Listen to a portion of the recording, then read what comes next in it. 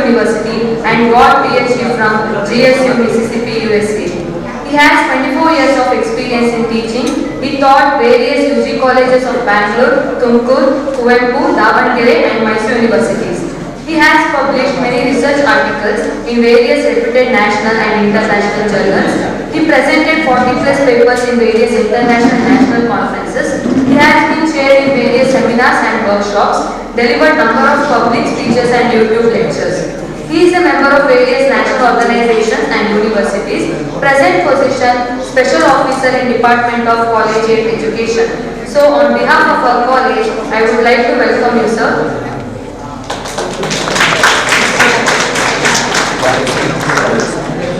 And also, I would like to welcome the rapporteur of the paper presentation session, Professor Gunavati, Department of Computer Science. I welcome you, ma'am.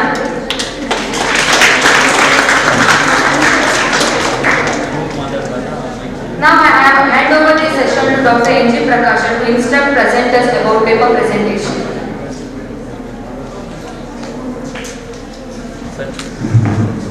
Hello. Good afternoon to those who are all present with us through online and offline. Dear paper presenters, due to lack of time, we make these small arrangements. Here, each presenter will be given 4 minutes for the presentation and last 1 minute for the interaction. After the completion of all the presentations, we will fix that interaction time, and it's our kind request. Please try to sum up your papers and your presentations in given time. And before your presentation, please tell us your name and title of your presentation once again. I think this is enough for your presentation, and that's all about the instructions. Please cooperate with us. And now the session will begin. And our master of ceremony will going to call your names. According to that, you are expected to do your presentations. Thank you. Thank you, Nanda. Thank you, sir, for your instructions. Now let's begin the session. Now I would like to request Rachit SN and Veda SN to present a paper titled Design and Simulation of Photoacoustic Setup for Formaldehyde Gas Sensing.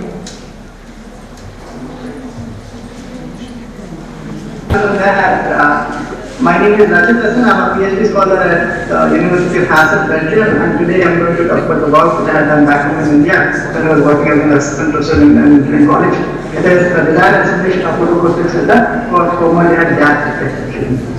The two important things which we should consider here is what is photoacoustic and what is formaldehyde gas detection. And the first question comes to the picture is why do we need to detect formaldehyde gas? Just to begin with, formaldehyde is known as a slow poison, which is there everywhere inside the kitchen, inside your house.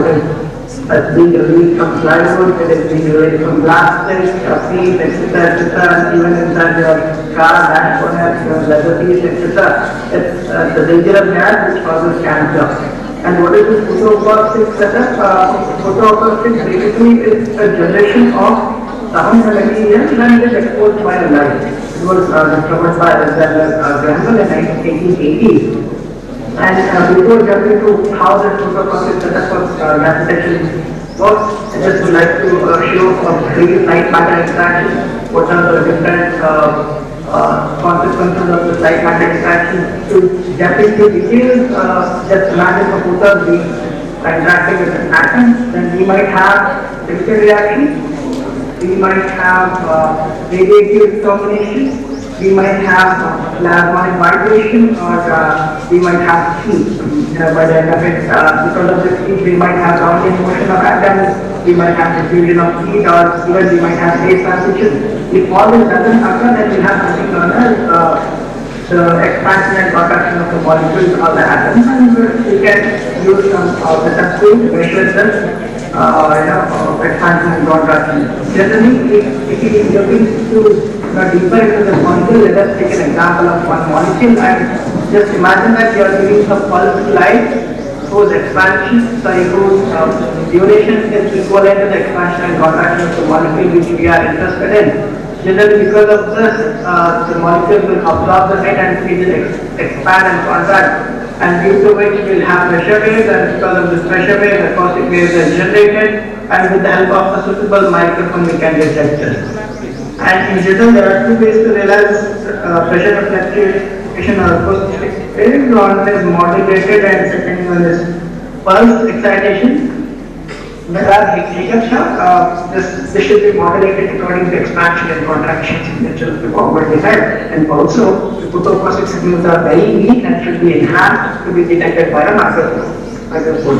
Just to try how it works, we built a rudimentary setup which consisted of a little tools wavelength was around 530, and we have rudimentary lens to focus it, and we have a mechanical chopper, and finally we have acoustic chamber where enhancement of the signal would occur, and we had a microphone to detect this. But unfortunately, we had no acoustic signal detection was observed, and we found out that it is due to the model which we hadn't achieved, which was supposed to be according to the expansion and contraction, the nature of the formaldehyde. And in order to achieve that, the total time period required for the modulating the laser showed is around 42 nanoseconds with critical of 0.2%. That is, it has to be on only for 0.058 nanoseconds and off time for 41.412 nanoseconds, which is very small. And also, the signal generated for very weak, and it had to be enhanced by using a microphone, but at the same time we had to design an acoustic chamber which enhances the signal by using something known as Helmholtz resonator. And when we did the simulation, this is the cross-sectional image or the 3D image of the chamber which we have built. We had a laser source, we had a mechanical chopper and acoustic chamber. This is the view of the acoustic chamber. When we did the simulation, we found out that the frequency of the resonance was around 2850, which is close to 2880, which is close proximity to that of resonance value for formaldehyde gas, which has been the good results with the simulation. But unfortunately, the cost of the fabrication is too much. We were only restricted to the simulation results, we didn't go to the fabrication because of the cost restraints, but still this sensor could be even miniaturized, and it could be used for any number of time. There is no limit for detection. There is no issue with the presence of impurities. Even the detection level could be in PET level. So,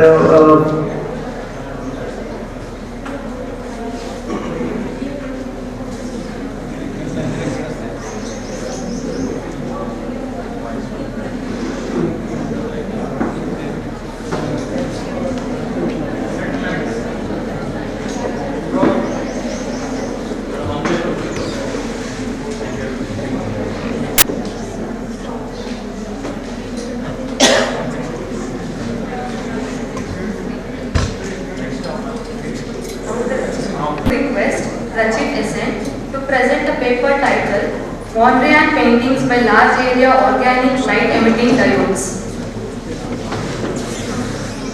The work carried out by the master students in our lab under my guidance. Since students have exams, we couldn't present the work, but my professor said we need to present the work, so I'm presenting this. The topic of the title is Mondrian paintings by large area organic light emitting diodes. This is where we do research at the University of Hassel, and this is a place where we all perform our experiments. It's an institute for material research. It's there in Belgium. I have divided my presentation into 5 different topics. First, visual design, structural design, molecular fabrication, and this. To begin with, Mondrian done by a Dutch artist, a pioneer artist, his name is Mondrian, and he has used rudimentary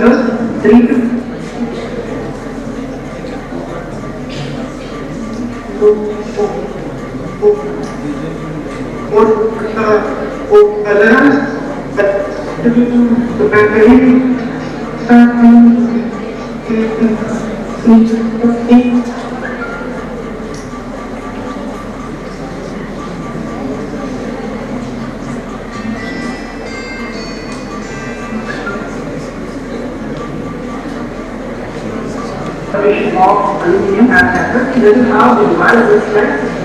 This is not being illuminated, this is just the device after fabrication. And once the device is fabricated, we have to use the new encapsulation. We have used conducting adhesive for the encapsulation, and that conducting adhesive was bought from a local company by name Eurocrab. Its name is actually called 571 This was made. This has conducting property as well as adhesive property, and it has to be applied to bottom plant and gentle pressure so that it adheres to the polymer. And once it is done, the preliminary results show that of course it works well, but unfortunately, as you can see, the blue device which has higher target and it's got higher potential to be turned on.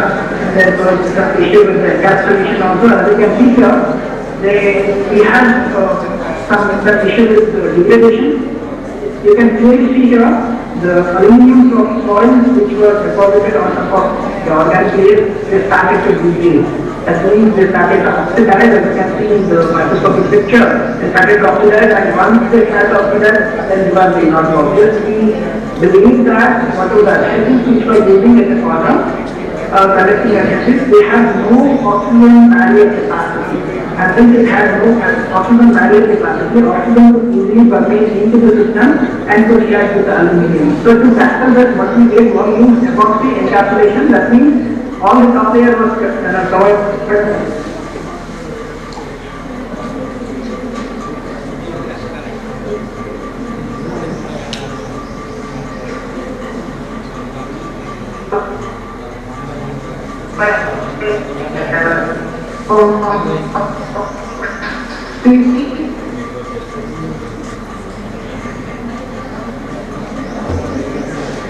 To present the paper title, Normal Coordinate Analysis of High Temperature Superconductor.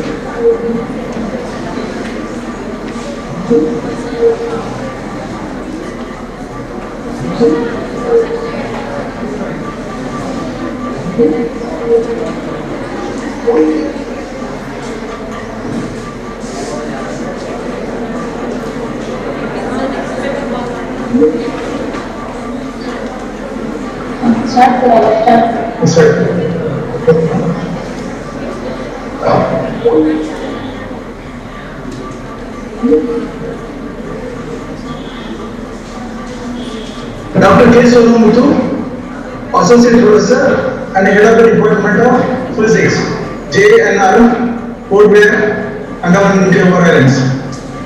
My topic is normal coordinate analysis of high temperature superconductor, personium, oleum, barium, copper oxide combination.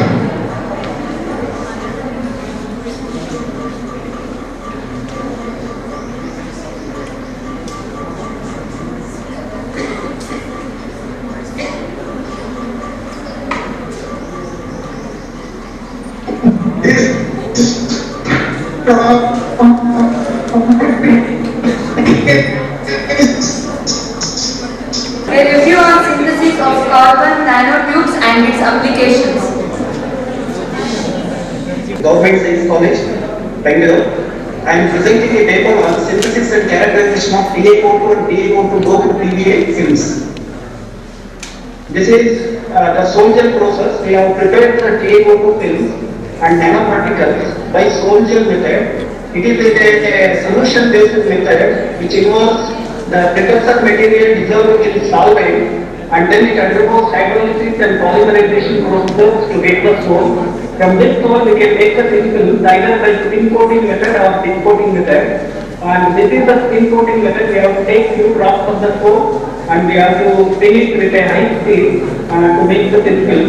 And dip coating means we have to dip the substrate vertically downward into that soap and we have to withdraw that very slowly with uniform rate to make the uniform thin film. This is only a spin coating and dip coating. If you make condensation of the soap particles, we get the gel. We have to leave it for 1 day or 2 days to make the gel. And after that, if we heat this, our evaporation of solvent takes place and we get the zero gel. Or we can make the nanoparticles from this zero gel. So in this cold gel technique, we can make either the thin films as well as the nanoparticles. And we have chosen titanium dioxide for this research because it is a very important metal oxide material with a high band gap energy. And in the form of thin films, it exhibits the following interesting properties: high transmittance, high dielectric constant, and very high refractive index. And it exhibits 3 different crystalline phases: anatase, butyl, and fluoride. After annealing at different temperature, phase transition takes place from anatase to butyl or fluoride like that. This is the flowchart for the preparation of TiO2 nanoparticles and thin films. And this is the titanium isopropoxide used as a precursor material. And ethanol is used as solvent, and we use some concentrated HCl to make a mixture of this and stirring at 60 centigrade for 1 hour to get the precipitate until filtration and drying at 80 degrees centigrade for 1 hour we get the TiO2 nanoparticles. And we can also make thin films by using this TiO2 soap and taking few drops of that soap or glass substrate and spin coating at a rate of 3000 RPM for 30 seconds. We get the TiO2 film on the substrate. And after drying at 80 degrees centigrade for 1 hour, we get the TiO2 film without any moisture or any solvent content. So this is the preparation of the PVA and TiO2 doped PVA film. And the PVA was prepared by some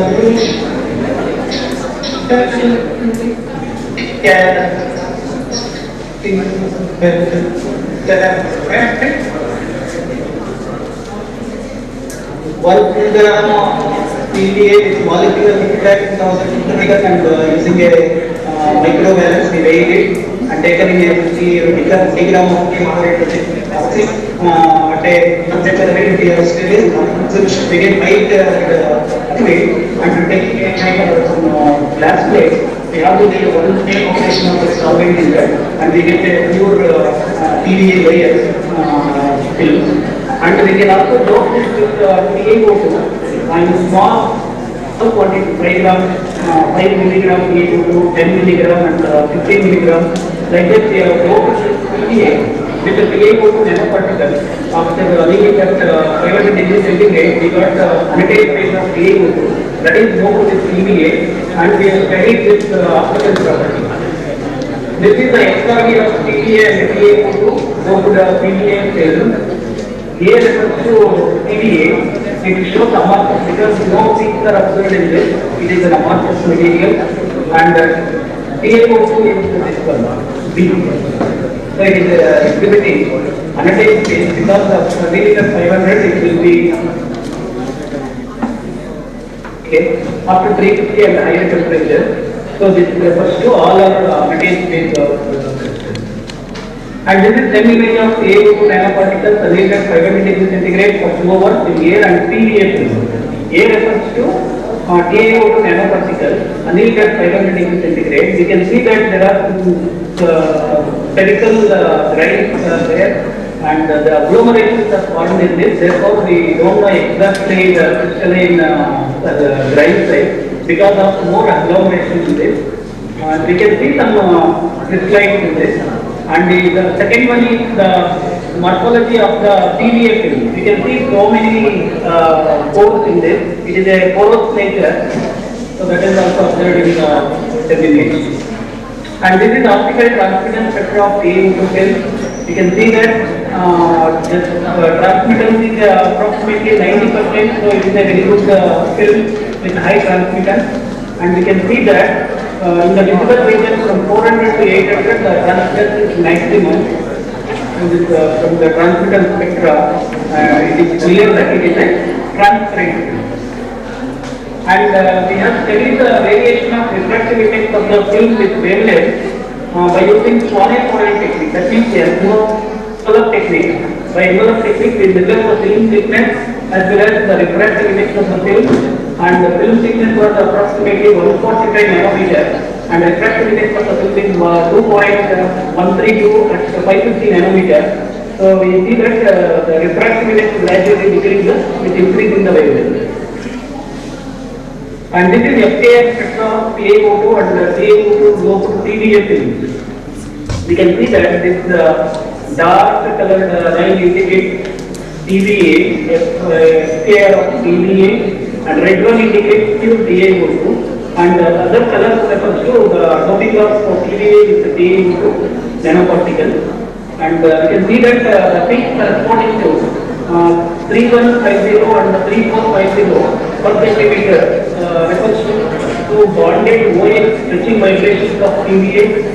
2925 and 1085 per centimeter are referring to CH stretching and CO stretching vibrations corresponding to in-plane and out-plane bending vibrations of TVA TiO2. 2950 per centimeter refers to the peak corresponding to 2950 corresponding to stretching vibration of CH2 and CH3. And there are so many peaks between 450 and 1500 per centimeter. These are referring to TiO2 crystallite embedded in the matrix of TVA. So we can see that the doping of TVA with TiO2 matrix formation is observed in this stretching and bending vibrations of TiO2. Sir, your time is over. Please conclude your topic, sir. So this is the conclusion. TVA and TiO2 films were successfully prepared by Soldier method and solution casting method respectively. Various concentration of TiO2 nanoparticles are incorporated into TVA film.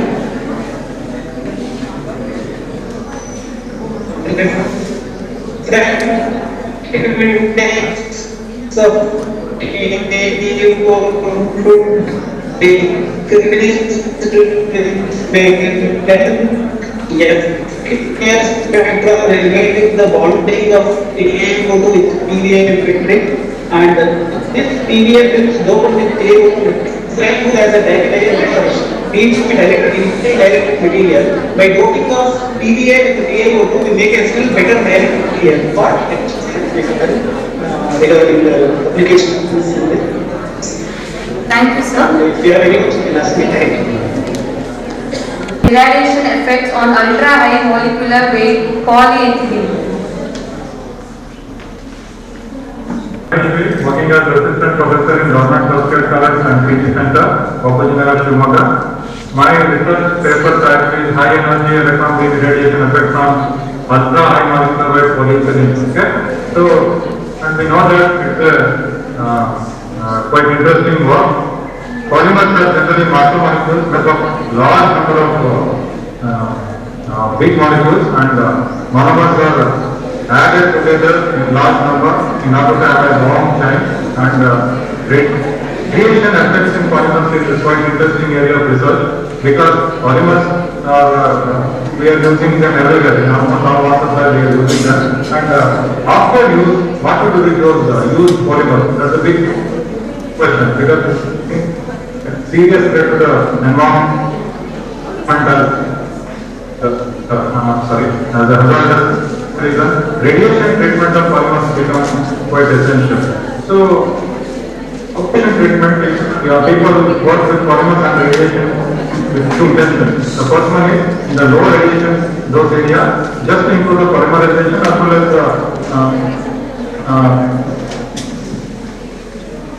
improvement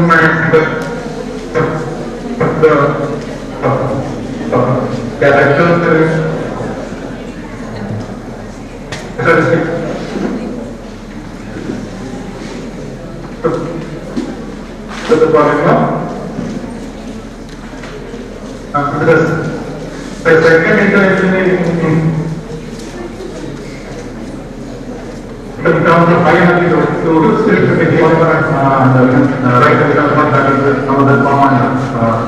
reduce environmental hazards. Okay? So different polymers have different type of process, different molecular weight because they go get into they have a radiation force. Okay? So common products are naturally not degradable. So understanding the rules in terms of radiation exposure, so that's quite essential. So it's become a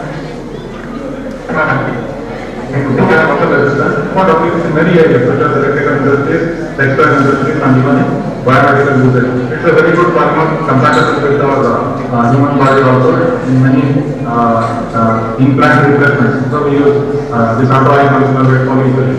So requirement for whatever is done, it includes only the low radiation doses with limited characterization. And our objective of this work is to see what happens with high energy radiation doses and also to characterize this point, this particular point of our such process changes, etc. And we have exposed this polymer from 1.5 million electron volt and also 10 million electron volt electron beam with doses of 0, 15, 30, 50 and 100 megarad. And also at the rate of 1.5 and these irradiated samples were characterized for XRD, ASM, FTIR and UV spectrometry. And when we come to the results and discussion, here when we have approximate results which are obtained from non-rigorous treatment of data obtained from various experiments. And upon general observation, when we look at the irradiated okay, so we see some changes in the sample where unirradiated polymer is basically whitish in color and mostly transparent, soft and flexible. But when they expose for radiation, we don't see any change in the color, but it becomes a bit opaque, and that opaqueness increases along with the increased radiation dose. And also the flexibility will be lost, and the polymer becomes quite brittle, and that brittleness increases with the increased radiation dose. And when we check it for FTIR spectra, and we see some peak modifications at 908, 966, 1303 and 1716 per centimeter Bragg number. And these changes that we attributed to some scission in the chain as well as formation of new polymer groups at new molecule formation. And further example also we have done, and it clearly shows that the structure is undergoing changes when these polymers are exposed for this electron beams. And changes in structure can be seen in terms of change in crystalline size as well as crystallinity index. Only 3 samples are shown here, but no radiation. We see crystalline size that was calculated as per the Dirac formula, 218.8 angstrom, and with the radiation of 50 megawatt as well as 100 megawatt, you can see that there is a decrease in the crystalline size. It shows that internally the polymer is undergoing degradation. And also, crystallinity index was also estimated, which means how much percentage of the core polymer is actually having the crystalline part. So it is crystallinity index. So these two methods were followed, one is Montanus method or the integral method, and there also we can see that there is a decrease in the crystallinity index with radiation doses. So that's the XRD part. And then doing visible spectra was also taken from the irradiated sample, and we can see different colors. I'm not sure whether you can see how the color pattern is clean or not. Unirradiated sample almost goes flat actually because it's quite transparent in nature. But upon irradiation we can see that it becomes quite opaque. So visible and UV light cannot easily pass through that. So thereby you can see there is a loss of transparency in the material. And also at higher doses we see a drastic change in the transparency. So transparency drops to a very minimal value and large changes are observed in the spectrum. Okay. Then the surface topography was also observed using the atomic force microscopy technique, and we can see that original sample which was not exposed to radiation was actually a very rough surface was there, and we can see the top that is showing some uneven surface having a lot of craters and such uneven surface, and when it is exposed for radiation, we see that the uneven surface becomes quite smooth. smooth and surface. Any stresses or there on the surface, okay, they get relieved and. So your time is over, sir. Smooth. Please continue your topics. Also, at higher doses of radiation, we can see that cracks are developed. So, because of the brittleness of the material. And we can see surface roughness value was also calculated for lower doses it was 25.4, at higher doses it increases, it becomes more rough, okay? And also cracks were also observed and those becomes more deeper. So to conclude with this work, high energy electron beam irradiation of polymers has been used widely as advanced tool in polymer processing. High energy electron beam irradiation effects have been studied at different irradiation doses, and also dose level equivalence appears provide the required information regarding both improving the polymerization as well as degradation of the polymer chain. So I applaud this support provided by Science Mechanics as well as Baba Research Center and Baba, head of the RCCD chemistry group, that is Dr. Susi Mukherjee, for supporting me in doing this work. Thank you very much. I thank you the organizers of the symposium for providing the opportunity as well as the delegate for showing some interest in my work. Thank you. Thank you, sir. Now I would like to call Aishwarya present the paper titled Ground State Energy of Relativistic Quantum Harmonic Oscillator Using Variational Principle.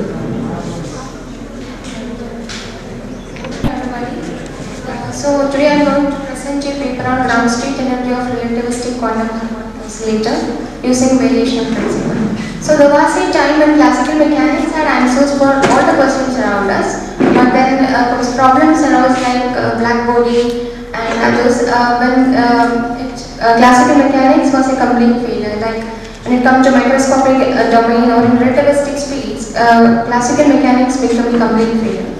So, using the concepts of quanta brought up by Max Planck, Albert Einstein was successfully explained the photoelectric effect, and then de Broglie and Heisenberg others come into picture, and a completely new branch of physics was formed, and was quantum mechanics.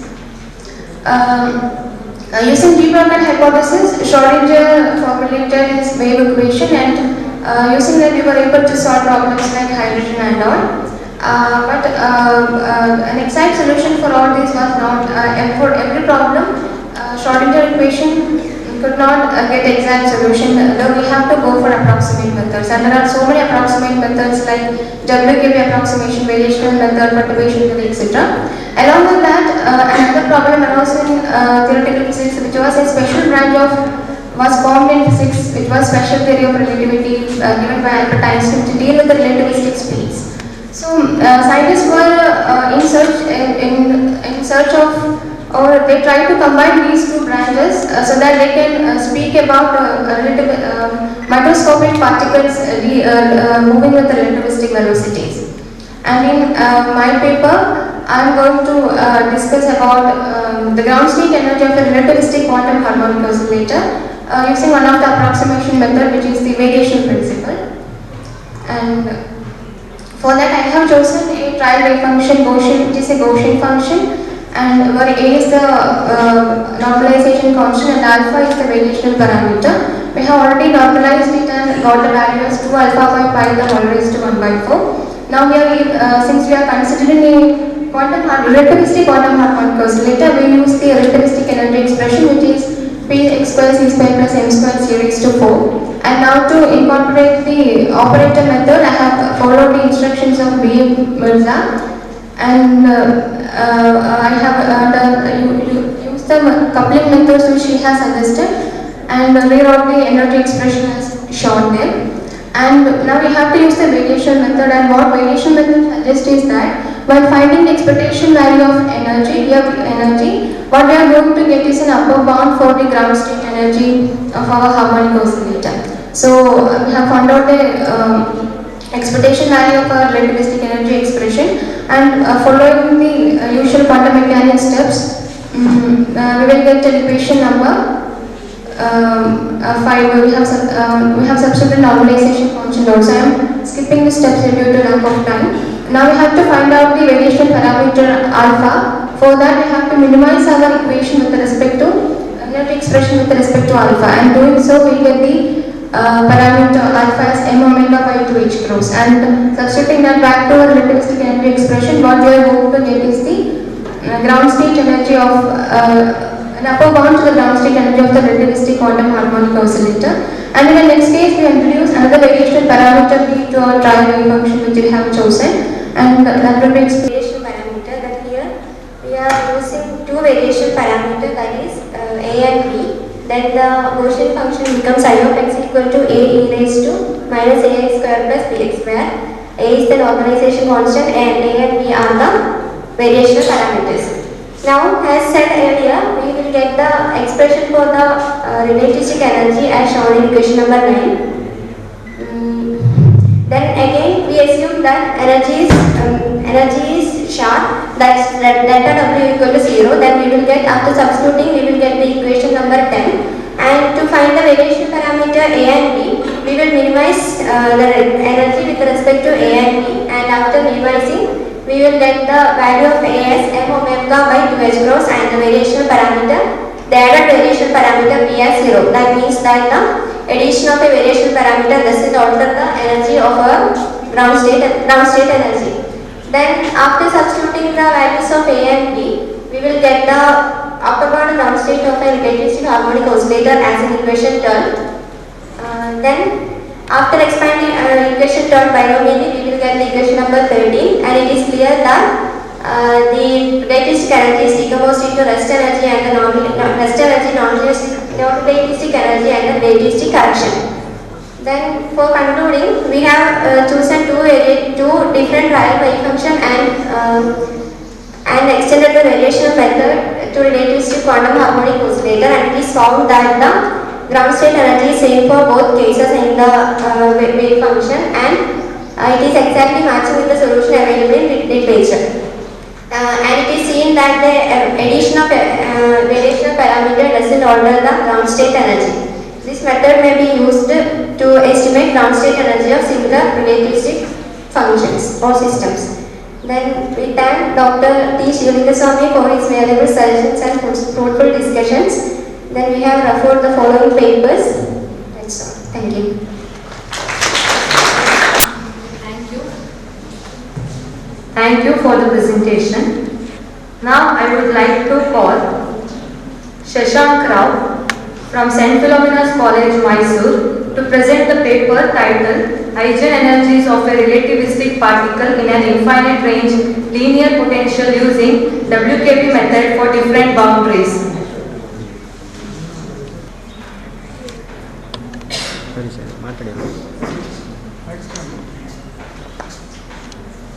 So the objective of today's paper is to find eigenenergies of a relativistic particle. The thing is, we can't find eigenenergies of a relativistic particle in a straightforward method because we just can't get any direct solution for it. So we use WKB method to find the exact values for this eigenenergy, and we just compare the results with the standard results in the literature. Okay. So there are a lot of problems and motions in the physical world, and we can broadly classify them into Newtonian mechanics and relativistic mechanics. And most of the Newtonian mechanics deals with the macroscopic objects traveling at an average speed, and relativistic mechanics deals with objects moving at light speed. The problem arises when these objects travel at the speed of light but at a microscopic level. If this happens, we can't get a proper solution for these kind of things, because particles behave very much differently at the speed of light.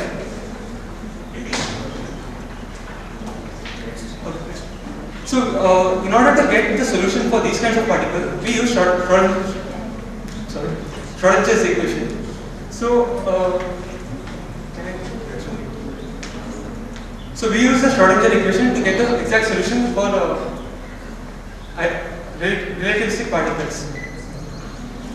So today's project was actually done by Professor Kakali and Shivalingaswamy, but we are just taking this project and extending it towards two more cases. Case 1 is for a single wall and case 2 is for two walls.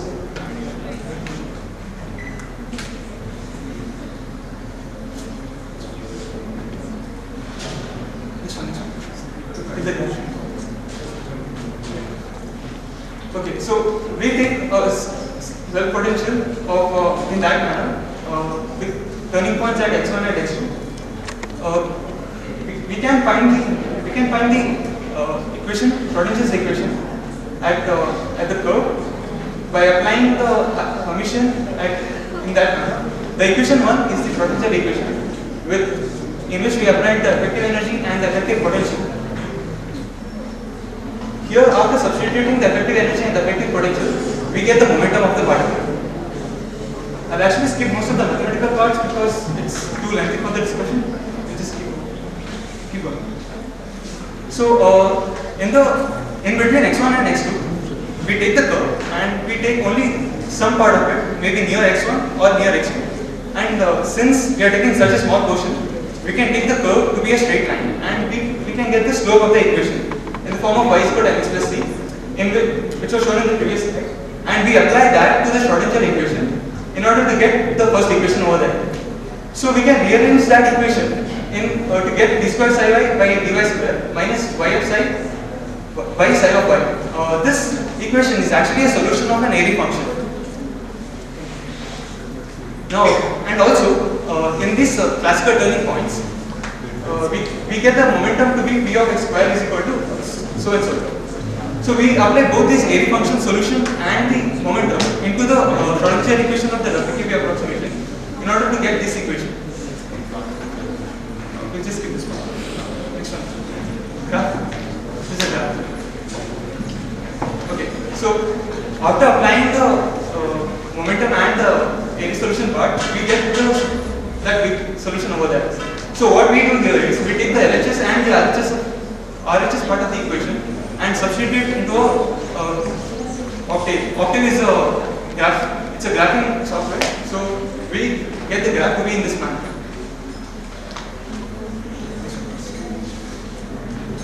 This is for single wall, and for single wall potential we just add another set of equations to get this set of graphs, and the overlapping lines for each point it's a value for the it's a solution for the equation.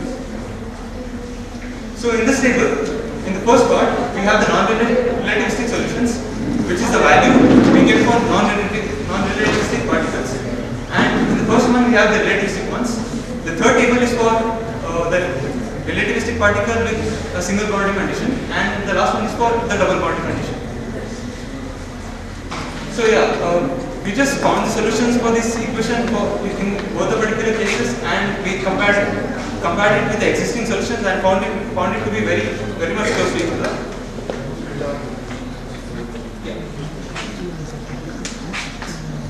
We also thank Shivling Swami sir and Kalan sir for his guidance and his input.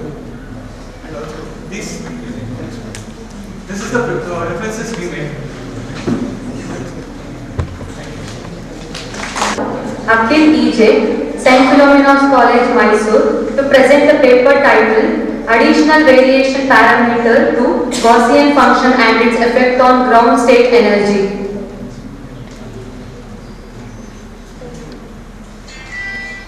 Hi, myself Akhil E.J. I am from St. Philomena's College, Mysore. So my paper is Additional Variation Parameter to Gaussian Function and its Effect on Ground State Energy. So as you know, we know that classical mechanics is a powerful tool when it comes to motion of macroscopic object, but when it comes to microscopic scale, it fails to explain certain phenomena like black body radiation, photoelectric effect, etc. So it's like to the formation of quantum mechanics. In quantum mechanics, what we do is we'll express state of the function using a wave vector psi, which contains all the information regarding the motion of the particle. On solving Schrodinger equation, we will get possible eigenstate and eigenvalues for a given potential. But we can solve Schrodinger equation only for certain cases like square wave potential, hydrogen atom.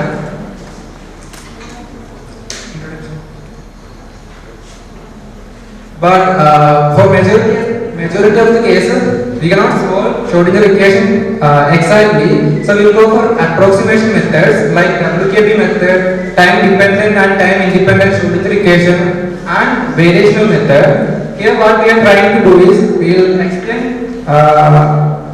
we will put a constant and a variational parameter to the trial wave function and we find whether we get the exact ground state energy of quantum harmonic oscillator or not. So we'll go for variational method. Let A be an arbitrary Hermitian operator whose eigenvalue problem is given by the equation is not exactly possible to solve. We'll go for variational method that is generally based on extremal principle. So what extremal principle says that we find the expectation value of A with respect to psi and we'll check whether there is a change with respect to psi, that is we'll try to find normal differentiation, that is delta expectation value of psi will get that is equal to 0. So according to extremal principle, for each state psi in which delta Asi becomes 0 is an eigenstate of A, the corresponding eigenvalues are just the extreme value of function expected value of A psi. The disadvantage of such method is that it is always possible to judge the quality of the approximation, that is to estimate the deviation from exact solution. So we will go for a refined version of the extremal principle, that is the Ritz method. In the Ritz method, the we'll go for Hermitian operator become Hamiltonian. So the ground state and the expectation value becomes the ground state energy of the system. So we'll go for energy of quantum harmonic oscillator. As we know, the energy of quantum harmonic oscillator is half h cross omega. We'll choose a trial function Gaussian. So we know that the Gaussian function is exactly in the same order of the ground state energy of quantum harmonic oscillator. So what we do is we add an extra term, that is a constant to the Gaussian wave function C, that is equation number 2, and we'll check whether we will get the same exact value. We'll find out the expectation value of kinetic operator and potential operator differently. We'll get the expectation value of kinetic operator as equation 4. And we'll get the expectation value of potential operator as equation. Expectation value of potential is m omega square by 8b. So we'll add those two terms to get the expectation value of Hamiltonian. To get the minimal value, we'll minimize the given expectation value with respect to b, and we'll get a value for b as m omega by 2h cross. We'll substitute that to get h minimum as half h cross omega. So next, what we will do is we'll add a linear term in the exponential function and we'll check whether we'll get the exact value or not. On doing the calculation, we'll get the ground state energy of quantum harmonic oscillator half h cross omega.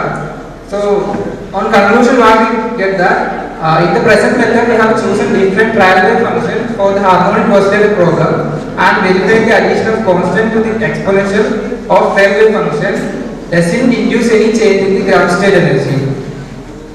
Further, this method, two variational parameters can be used for obtain precise values, like when we are doing if we want to find the ground state energy of helium or quantum harmonic oscillator, we need to find the we need to tune the energy. So in that case, we can use the extra variational parameter method.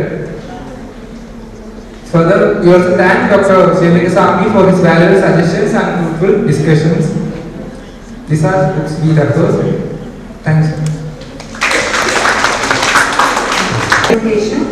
Now I would like to call Rashmi P, Assistant Professor, Department of Physics, Government College for Women, Mandya, to present the paper titled Evolution of Lorentzian Light Wave Packet.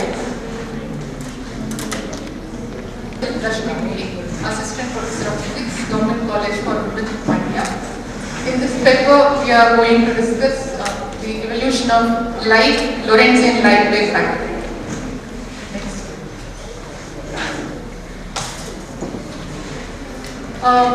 We all know that light can be represented by wave packets, and to describe wave packets, we have different models in quantum mechanics. Very commonly used is Gaussian wave packet because of its mathematical simpleness. But rigorous mathematical calculations show that Lorentzian model is most suitable to represent a wave packet instead of Gaussian. In this paper, we are going to discuss the evolution of Lorentzian light wave packet with respect to time. Next. So, to begin with, I have considered Lorentzian wave packet at origin at time t is equal to 0. So, that shows the schematic of Lorentzian wave packet at time t is equal to 0. So, we will take the Laplace transform of the Lorentzian wave packet that gives you xi tilde, and by applying this simplification, mathematical expressions I am not going to discuss. So, there is a standard integral, and on simplification that gives you the Laplace transform of that xi tilde. Next. So, if we consider the evolution of light wave packet, Lorentzian light wave packet, that is after time t, if I substitute equation number 5 there and simplify the equation, the last equation, that is once again shows that it is similar to equation number 1, what we have considered earlier, that is at time t is equal to 0 and after time t, both the equations represent a similar Lorentzian form. So this is an important result.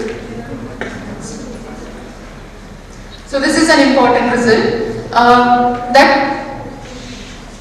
the Lorentzian wave, what we have considered Lorentzian wave packet, that has maintained its shape even after time t. It behaves as a particle which is moving with velocity c, maintaining its shape. The Lorentzian has maintained its shape, the wave packet has maintained its shape, and this tells us that the light properties remain the same even after Laplace transform. They remain the same under Lorentz transformation, or the electric and magnetic components of the wave, they are conserved. So this is a direct proof for the conservation of fields. So these are the references. Thank you. Department of Science Education, JS Institute of Education, Sakleshpur, to present the paper titled A Comparative Study of Hydrogen Bond Interactions and Intermolecular Close Contacts in 2, 3, 4, 6, 7, 8 substituted Quinolin derivatives. Working for JSS since 25 years. My work is on comparative study of hydrogen bond interactions and intermolecular close contacts in 2, 3, 4, 6, 7, 8 substituted quinolin derivatives. Quinolin derivatives, like all other chemical compounds, quinolin derivatives also play a dominant role in the process of drug discovery. Because in present situation, I think you are aware that in this COVID pandemic situation, how we have struggled a lot to find out a vaccine. So synthesis of drug is very, very important in recent days. So different substituted quinolins means, as I already explained, are shown to have exhibited antibacterial, anti-inflammatory, anti-tubercular, anti-malarial, anti-cancer, antibiotic, anti-hypertensive, antimicrobial, antiviral, anti-tumor, so on and so forth. Likewise, we can go on this number of biological activities that this chemical compound exhibits. So this is the material I have selected. So that is the plane 5. Plane 5 represents the planar conformation of quinolin ring to which some moiety is attached. Means some functional groups such as methyl, methoxy, hydroxyl, bromine, nitrogen dioxide and chlorophyll at various positions like 1, 2, 3, 4, 5, 6, 7, 8. So to different positions, what we do is we attach functional groups to study how the biological activity changes with respect to the positions as well as moieties. This is the instrument which we have used in the laboratory. So that is what we call goniometer. At the tip of the goniometer, we keep a very small crystal sample whose dimension is on the order of millimeter cube. The volume is say 0.1 or 0.2 by 0.1 or 0.2. 0.2 or 0.3 millimeter cube. Such a small sample is placed at the tip, and the X-rays are incident, and the scattered X-rays, the intensity of the scattered X-rays are recorded, and we collect the data. So this is a simple method. I tried to explain the methodology of what we call finding the structure, possible structure.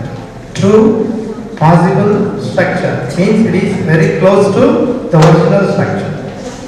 So what we do is we crystallize the compounds that is synthesized in the laboratory using the slow evaporation technique to obtain block-shaped crystals. So we got block-shaped crystals, and the intensity data is collected, said earlier, and the processing of data means we integrate the whatever the intensity values that we have collected is processed to find out the near structure, and we refine it to give the true structure using X-ray crystallography technique. So these are the compounds that we have used: 8-methoxy-2-methylphenolene for R, that is hydroxy functional group is there, and 3-bromo-8-nitroclinolene, 2,4-chlorophenol, 6-methyl-4,3-methylphenylphenylene, 6,7-dimethoxy-2,4-diphenylphenol. These are the compounds which are synthesized and crystallized, and I try to compare the hydrogen bond interactions of all these four compounds. So these are the result obtained. The first compound is crystallized in monoclinic, second one is orthorhombic, third one is monoclinic, fourth one is biclinic, and space growth. So these are the symmetry parameters. I hope you are all aware. P21 bar C, PBCA, P21 bar C, P1. So even after substituting various functional groups, the phenol ring retains its plenarity. There will not be any change in its what we call plenarity.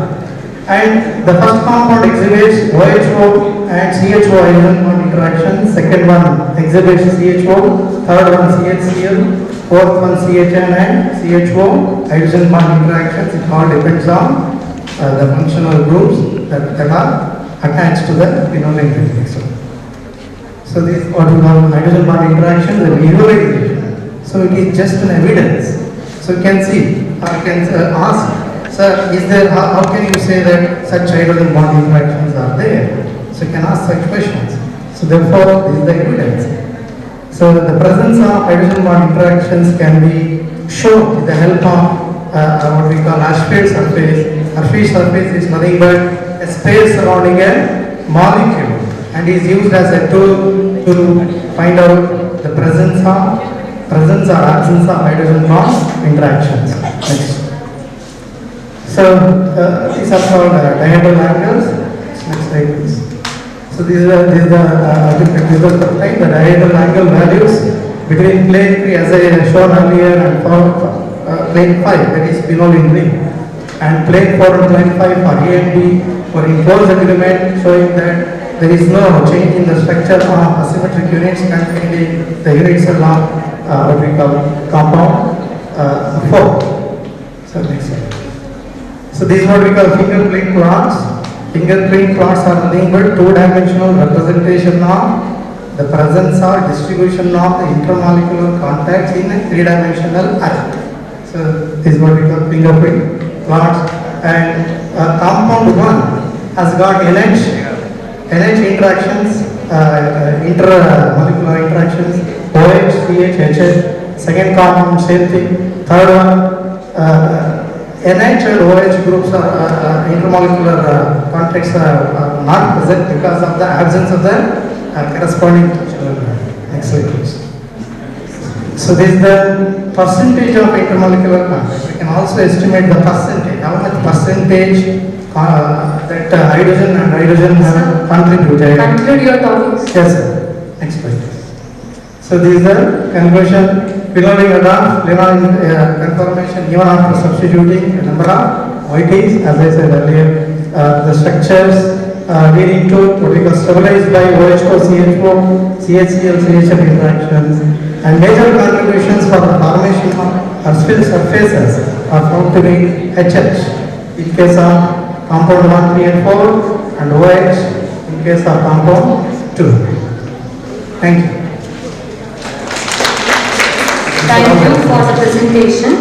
Now I would like to call Shobha M, BGS College of Education, Bijinagara, Nagmangla, to present the paper titled Quantum Cryptography.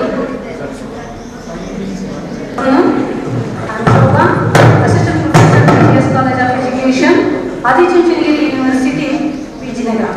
Okay, my paper title is Quantum Cryptology. The quantum cryptology is a new field. It has a potential to enable the high secure digital communication using the existing technology.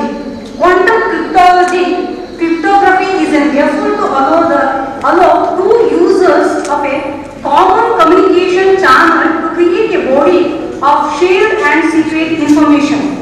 I am going to directly about the quantum cryptography. The quantum cryptography was first proposed by 1970 only, but cryptography is based on the physics concept and it realizes the laws of quantum mechanics. It is arising the technology which emphasizes the phenomena of quantum physics, in which two parties can have the secure communication based on the invariabilities of the laws of the quantum mechanics.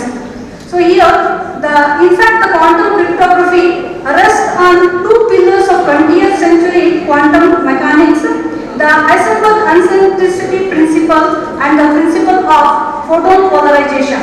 And here, Heisenberg uncertainty principle. The principle says that if you have measured one thing, you can't measure the another thing accurately. For example, if you apply this principle to human, you can measure only the person's height, but you can't measure the person's weight. The same way, here the cryptography, the Heisenberg's uncertainty principles was saying the same thing. The photon polarization principle was saying that this principle referred to that the Epsilon Doppler cannot be copy the unique quantum bits. Unknown quantum sites due to the non-Coulombic principles. If an attempt is made for measuring any properties, it will disturb the other information. I am concluding that my presentation that it is concluded transmit the sensitive information between the two or more points. Some stronger technique is needed. It's assured that quantum key distribution and the other quantum encryption method will allow us to secure the sensitive information more effectively in the future. Quantum encryption is a powerful and positive step in the right direction. Toward a future image, we can feel more secure about how and what we share. Thank you for this opportunity. Thank you for the presentation. Now, the last paper presentation, I would like to call Dr. Mallikarjun Naik, PG Department of Chemistry, Maharani Science College for Women, Mysore, to present the paper titled Synthesis and Characterization of Sodium Oxide Nanoparticles.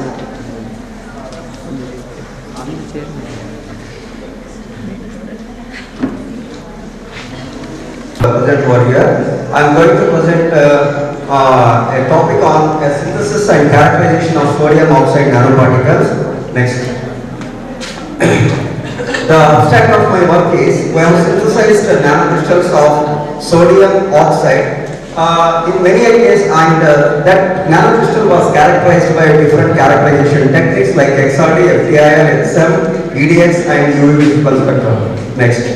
And I directly coming to the topic that in many cases of synthesis of nanocrystals, usually the people are going to reduce the using the reducing agent.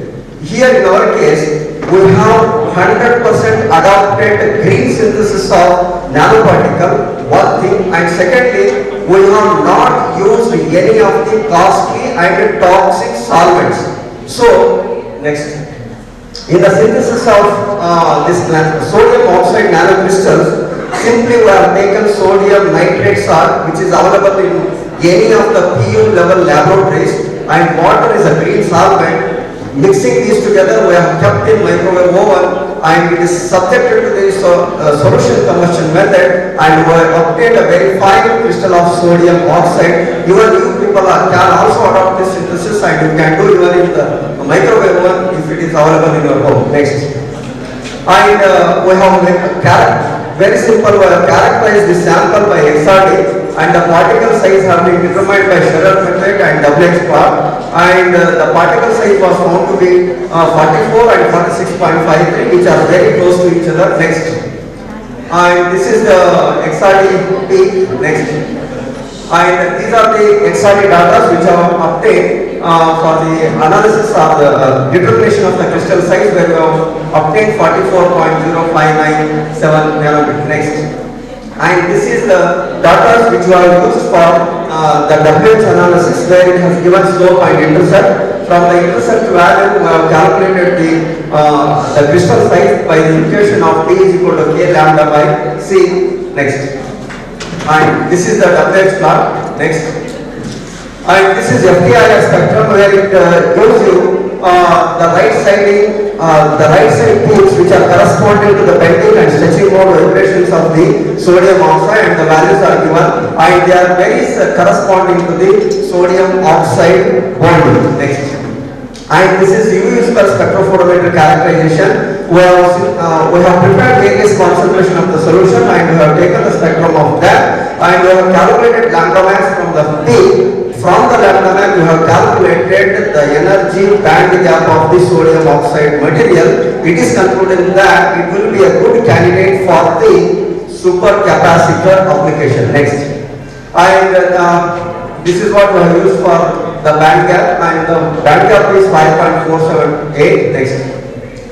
And this is another characterization. What we have done is energy dispersive X-ray spectroscopy. From this, we have analyzed the elements, where it has been concluded that it has a presence of sodium and oxygen, because we have also looked into the matter where there is an intervention of nitrogen also. This spectrum gives clearly indication of the presence of sodium as well as oxygen only. Next. And this is the percentage atomic mass of sodium as well as oxygen in the sodium oxide. Next. And this is we have taken SEM analysis, the SEM analysis where the sample was agglomerated, and it has been recrystallized by sonication, and it has given a flower-like structure, and the particle size which has been characterized by SEM analysis is 40 nanometer, and it is also very close to the particle size which you have been analyzed by XRD data. Next. And lastly, we have not attempted for application, since the energy band gap is more than 5, and therefore it will be a better candidate for the supercapacitor application. The work is still under progress for obtaining the application part of this sodium oxide. And next. And these are some of the references. Next. And I would like to thank all these people. Next. And my special thanks to the organizers of this institution. Thank you very much.